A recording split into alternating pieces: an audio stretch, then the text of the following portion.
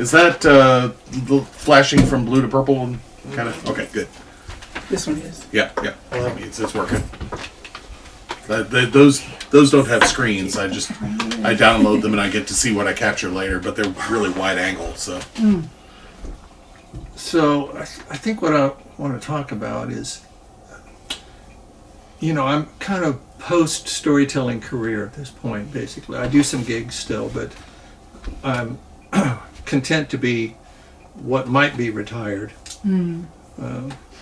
But thinking back on the literally decades since like middle 80s, early 80s, where I started doing storytelling, makes me grateful for finding storytelling. Didn't even know it existed as a possible way to have a career, and just feeling grateful for having gotten to do that for a long time. I worked for a short while, as a professional beekeeper, which I liked doing, but it was as one person, it was really hard to make a full living at doing that. I've been looking for something that didn't harm the world, that felt like it fit in with my moral compass. And keeping bees, sharing the honey they made with people, the pollination that the bees do, always seemed like maybe that was a good fit. But I just couldn't parlay that into a full-time living. Meanwhile, I also worked for the bulk of my funds to get by in this world as something that I had absolutely zero training or interest in. I worked in a metallurgical laboratory, and I didn't know a damn thing about it, but I learned from the old guy that retired, how to do what he did, and they hired me there. But it was dangerous, and it was toxic. And I don't mean that metaphorically. I mean, there was lead, there was cadmium, there was arsenic, there's plenteous ways to run afoul and die. So I was always trying to think, well, I got to get out of here. What else do I want to do? And one day there was an explosion. And it happened underneath a giant, let's call it a pot or a kettle, that set the bulk of it below floor level. And inside of it was 90 tons of molten metal. And down below, in the hinterworld where you didn't want to go, there was a giant gas heater that would heat up all that metal, and it did not come on, but gas came out for a while. And when the guy pressed the button for the ignition again, it suddenly came on, and the explosion was enough to lift up that steel kettle filled with 90 tons of molten metal. And it came up like that. And particulate matter, sand, little pieces of metal flew out of there at an amazing rate of speed. And even though I was wearing all the safety equipment, including safety glasses, some of that came up underneath my glasses and went into my eyes. And I could not see. And my eyes were watering and watering and watering, and they laid me out on a table like this and poured water in my eyes. And as I lay there, I had two thoughts. One, I hope I'm not blind. And two, I have to do something else. And even if it's something that I live in poverty, I'm going to do something that I like to do, that I feel called to do, or else I'm not going to do anything. And so shortly after that, I met a gal who had been going to Chicago to use flotation tanks, sensory deprivation tanks. And I'd been going up there to the same place. And we met, and the idea was, let's share rides next time you go. But it wasn't 10 minutes before we were talking about, shall we open our own flotation tank business here in Indianapolis? That was 1983. And by 1 year later, we had done all the renovations on a little place where we were at, and we're in there, and we opened for business, and we had Indianapolis's first flotation tanks. And so I would be in there up at the desk, welcome people in. They come and use our facilities. One day a woman came in, and afterwards people would come and they would sit down, and they would have hot tea, which we provided, and they'd write anything they wanted in little books we provided. And she looked over at me and she said, "So you're always sitting up there at that desk and you're scribbling and writing. What are you writing?" And I said, well, I write poems and essays and stories, and I've worked on a novel and blah, blah, blah. And she said, oh, read me one of your little stories. So I said, okay. So I read her a story, and when it was done, she said, well, that was a very average story. And she said, but I really like the way you read it. You should be a storyteller. I was like, okay, what does that mean?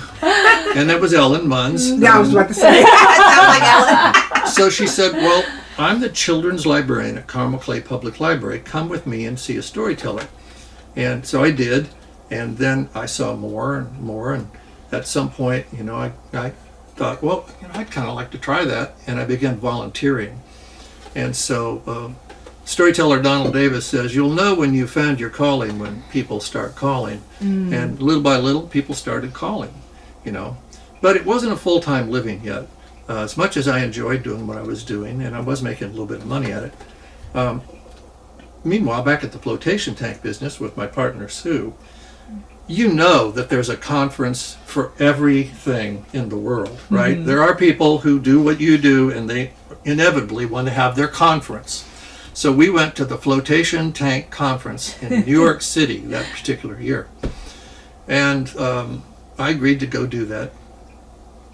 And Sue and I were there, and we were one of many from around the country. There were scientists researching it. There were people who used it for emotional or health needs. There were other people like us who offered the services. There were the people that built the tanks, on. And then they came to us and said, we would like to end the session on Sunday afternoon with a panel discussion. Would you two be willing to take part? I said, okay, sure. And we both agreed. So we end up there on the dais, and there's maybe 15 people. And there's probably 500 people out in the audience. It's a big, room in a hotel. So I see the guy get up, he's going to introduce us. And I realize suddenly that either they're going to start way down there at that end, which means I'm going to be the last person to talk, or he's going to come down here and I'm going to be the first person to talk. And I wasn't quite sure which one of those that I wanted.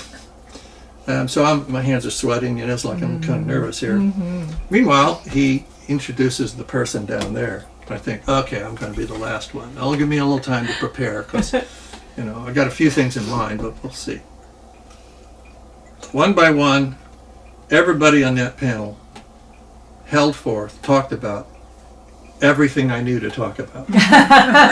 Every single thing I could think to talk about. And then it was my partner Sue's turn. And she talked about the last thing I could possibly think of. And I thought, shit, what am I going to talk about? And this is all going through my mind pretty quickly. So, he made some introduction. Here's our last person, blah, blah, blah. Sum it all up for us, will you? No pressure. So I said, once there was an old man. He lived in a wee little town called Ballyghadreen, little wee town in Ireland. And he lived in a tiny cottage. Now, how could I tell you exactly how small this little cottage was? I'm thinking, what if I said to you, you could reach out like this and grab a hold of the front door, but you could hold on to it, reach back and grab the back door handle. Mm-hmm. That's how small this place was, if you see what I'm saying. Out behind, there was a cherry tree that had been planted on the day he'd been born by his parents. They're long gone. He's an old man now, and the cherry tree is some 60, 70 feet tall.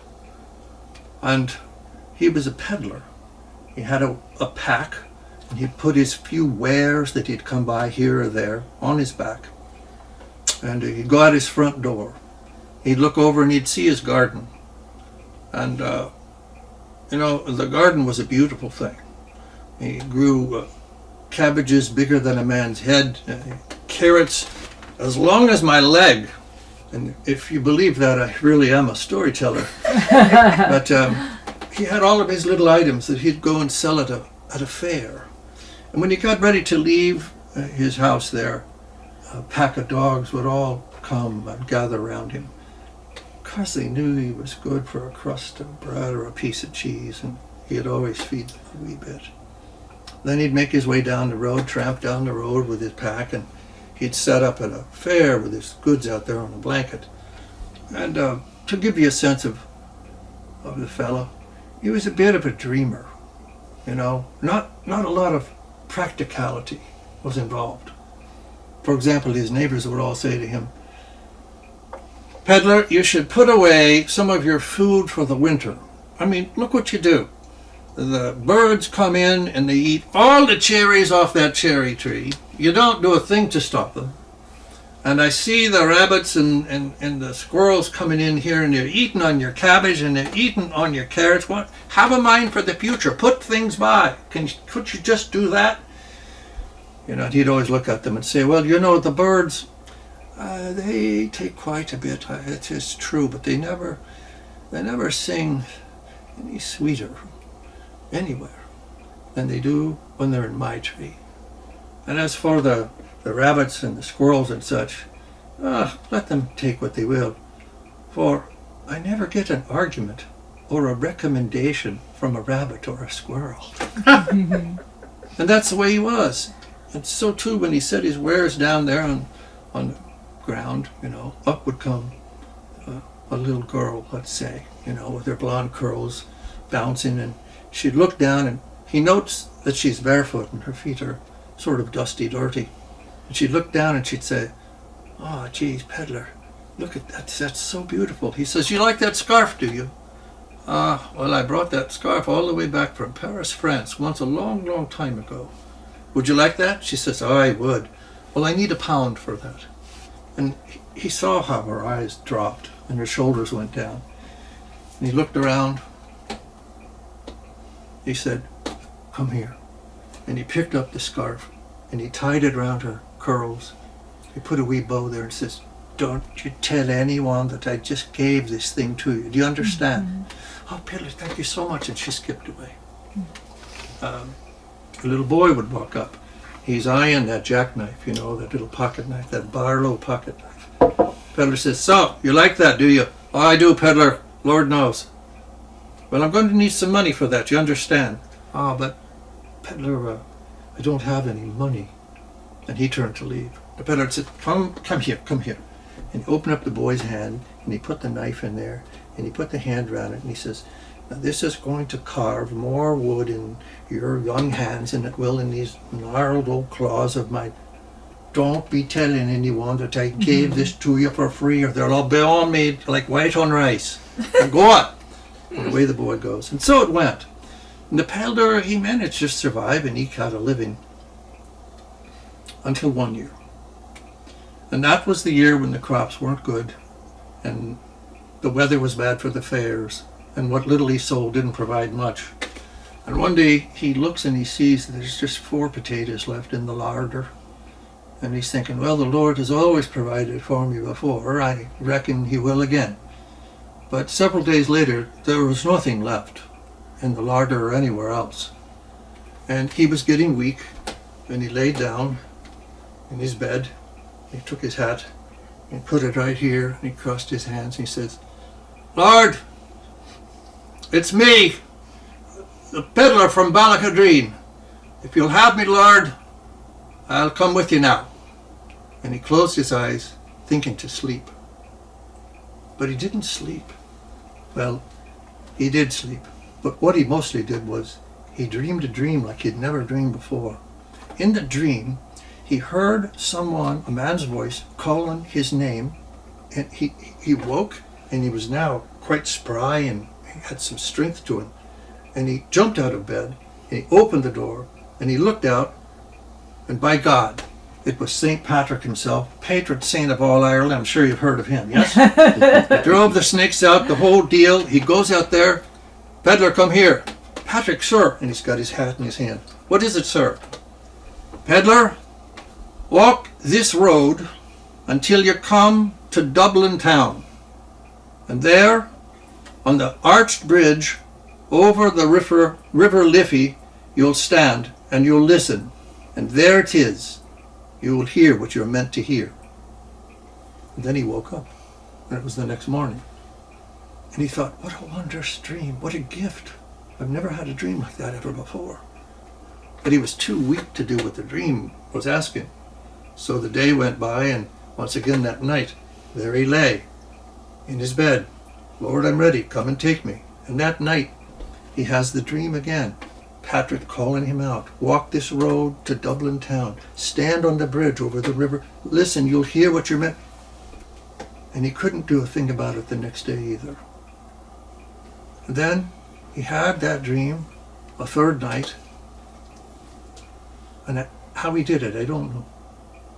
I'm thinking it was just by putting foot in front of foot, one step at a time, but somehow he got up, he walked down that long road all the way until he came to the bridge over the River Liffey. And he stood there listening, watching people go by all day long. People came walking, they were with donkey carts and they were on foot and such. And then he starts to feel the cold spear, the stab of the wind coming down off the river, for it's winter time, it's cold, there's a wisp of snow floating around. He's standing there leaning against the stone bridge. He's so cold, he's chattering, but he knows he has to listen. He'll hear what he's meant to hear. And then there's no one left, save for one older woman.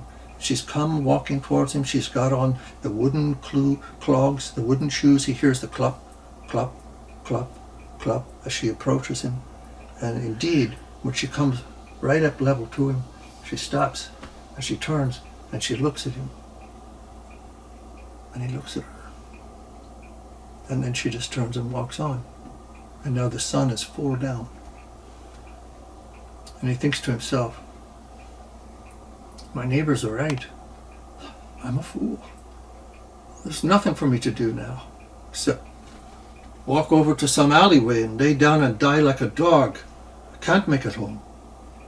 And he starts to leave to go do just that. When the doors to an inn burst open, he sees steam come rolling out. A big man with a white apron on says, yes, you right over there. Old man, come over here right now. And he walks over, and the fella takes him into this inn, and he sits him down. He says, now listen, my lads here and I were looking out the window there at you. Coldest day of the year, and you're like a scarecrow with hardly anything to keep you warm, and you're standing in the coldest place in all of Dublin, and I would like to know why you would do such a thing. Now you tell us why you did it, and I've got a bet with the boys here. You tell us why you did it, and I will give you food and drink plenty. Just tell us why. Well, sir, it's like this. 3 days ago, I had a dream. A dream! Didn't I tell you? Didn't I say? I could see it from here. A fool, I said, a fool, a dreamer, some kind of idiot. Listen to me, old man. Dreams mean nothing. Dreams are foolishness. They don't mean a thing. Look at this inn. This is my inn. I don't owe any man 1 penny, no pound, no farthing. It's all mine. And do you think I got it by listening to dreams? No, by God, it was profit. Profit is what counts in this world. You listen to me, and you'll do a damn sight better from now on. Now here's your food and your drink. And the old fellow began to drink and to eat. And he restored a little color to his face. He felt some strength. And finally he got up. He bowed to folks. He started to leave. And just as his hand touched the door. Hold on a minute. Just by way of proving my point, listen to this. I myself had a dream. 'Twas 3 days ago. In the dream, I heard St. Patrick. He called me out to the very bridge where you were standing. He said to me, walk this road till you come to the town of Ballycadreen. I've never heard of that. I'm sure it doesn't even exist. And when you get there, you'll find a wee little house, a cottage, and behind it there'll be a cherry tree, and at the base of the tree you'll find a wee little shovel, and you to dig right there, and you'll find what you're meant to find. Do you see what nonsense this is? It's all foolishness. Do you see? Yes, I do, sir. Thank you very much. Now, I don't know how he did it. Possibly by putting one foot in front of the other. But he made his way all the way back to that little town of Balagadreen. And there was his little house, but it didn't seem little to him, it seemed grand. And behind it, there was the cherry tree planted on the day he'd been born. And down at the base was a wee little mattock, a shovel, and he dug at the base of the tree until he struck something wooden. And he pulled up a chest from out the ground, and I don't know if it was fairy gold or Spanish gold or how it got there, but it was filled with gold coins. And that old fella, he did a lot of good things with that money, so they say. But I'm thinking the best thing he ever did was he built a wee chapel across the road where a traveler, someone down on their luck, a dreamer, could spend a night of ease. And they remember him in this town to this very day, for they put up a statue for him. It's the peddler with his pack on his back, dogs at his feet, looking off down the road to Dublin town. And that's the end of my story. There's not one word more. And that's the story I told. Now, when the story ended, no one clapped. No one laughed. No one said a word. And that's for 10 or 15 seconds. And I thought to myself, what's going on? And then, as I looked out there, I looked at some of those people and they were like this. And I realized they were in Balagadreen. They had come into the story. And then, almost like as one, they suddenly all stood up and started yelling and clapping. And I realized a couple things. One, this was the right story for the right audience at the right time. And two, I could maybe go and be a storyteller. And that's the end. Lovely. So a little follow-up to that was, when that was over, and we were back in Indianapolis finally, Sue said to me, my business partner Sue said to me, I think you made more money telling stories last year than you did at Serenity Flotation Tank Center. I said, I don't think that's possible. Then I got out the tax return and kind of looked at it, more, and so like, huh. So that's why I said, Sue, I'm going to go. I don't know what it means to be a full-time storyteller, but I wasn't married at the time, didn't have kids, didn't have a house payment. I said, why don't you buy me out, and I'm going to go try this. And I've been doing it for a while, but I thought, I'm going to do this full-time. So she bought me out. That was in 1988, and I have had the privilege all the way till basically now, to have storytelling as my career. Wow. The end. That's great.